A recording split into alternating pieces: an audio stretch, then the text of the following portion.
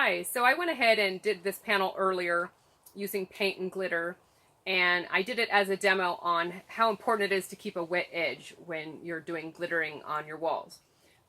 But there's a second thing that I did on this one that's also a no-no, and I want to show it to you, and I want to talk to you about what it looks like and why not to do it, and also how to correct it, and also why you might want to avoid using larger flakes when doing application with paint.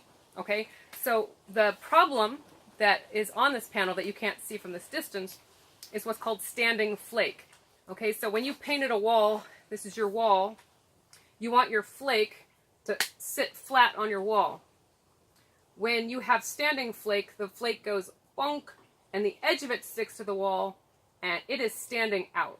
When you've got that, you've got a dimensional glitter surface that makes it nearly impossible to seal properly using a lot of different methods. Okay, so I'm going to go ahead and do a close-up so that you can see what standing flake looks like. Okay, so you've seen what standing flake looks like. At this point, there's a couple ways to get rid of it. The best way is to put a glove on after the wall is dried. You have to wait till it dries because, you know, you should have handled this when it was wet, but you didn't. So now you've got to deal with it. Put a glove on, latex or a regular, don't use cloth gloves because the cloth will get knocked off and it'll get stuck to the glitter and then you'll have little bits of fabric attached to your piece as well. So you've already got enough problems with standing flake. You don't want to add cotton fiber to it, okay? So get yourself like a rubber glove or a latex glove and you're going to go ahead and rub the walls down.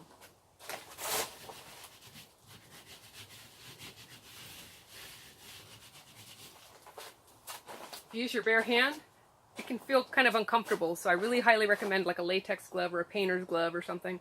And if it hurts your hand, go ahead and feel free to go ahead and use a cotton glove, but put a latex glove over the top of it, or even better, one of those gloves that you wear for doing dishes, you know, the kind of thicker rubber. Get as much off as you can. Some of it is probably going to be on there for life. If it's a small area, you might just go and kind of pick it off. But if you do that, you're probably going to end up having to do touch-ups and so forth. So the best thing to do is avoid standing flake in the first place. And the way you can do that is, one, when it's still wet, press it down. Get yourself a painter's glove, kind of press it down. Now, if you're only doing accent coverage, that can be a problem, right? Because if you've done accent coverage, which is what this wall is, and you go and you start pressing wet paint with your glove, it sticks to your glove. So this is basically my advice. Stick with smaller flakes. If you're doing accent coverage and you're worrying about standing flake, I would go with 040 or smaller. If you go above 040 into the fat and the jumbo flakes, the colossals, the standing flake becomes a nightmare. Okay, it's just no fun at all. And no matter what application method you use, except for one, could give you standing flakes. The one application method you can use if you want to use those big flakes is actually brushing them on.